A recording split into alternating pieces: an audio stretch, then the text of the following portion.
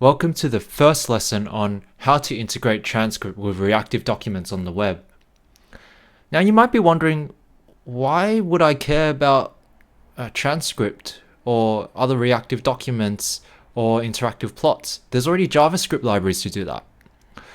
But what I'm really interested in today is when I look at a library like Dash, which is our comparison library, you can do interactive plots and many other things that is very familiar to a native Python user. However, when you want to send those interactive plots over an email, oftentimes it's not all that straightforward to do.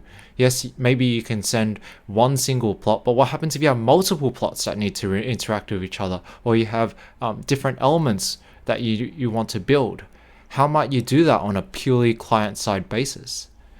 So to come up and solve that problem, I thought, why don't we think about using Transcrypt in order to still have our Python code and simply then transcompile it to JavaScript and then integrate that into a front-end language like Mithril.js.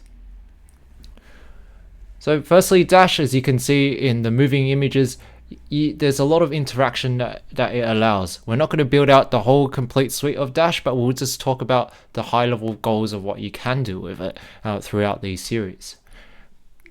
Next, Transcrypt. Transcrypt is, as you can see from the title, Python in the browser. It transcompiles Python code to JavaScript code, which you can then bundle up and integrate in your web application, or at least on the front-end side. And it can be used on the back-end side as well if you wish. So we're going to be introducing this from the second lesson onwards.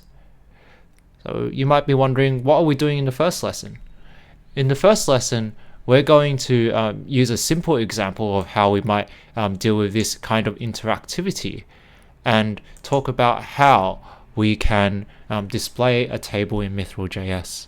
So that's the very first thing that we're going to do. We're going to display a table, and then we're going to talk about integrating Transcrypt, and then we're going to talk about how we can combine those two elements together so that we have an interactive table and also a plot.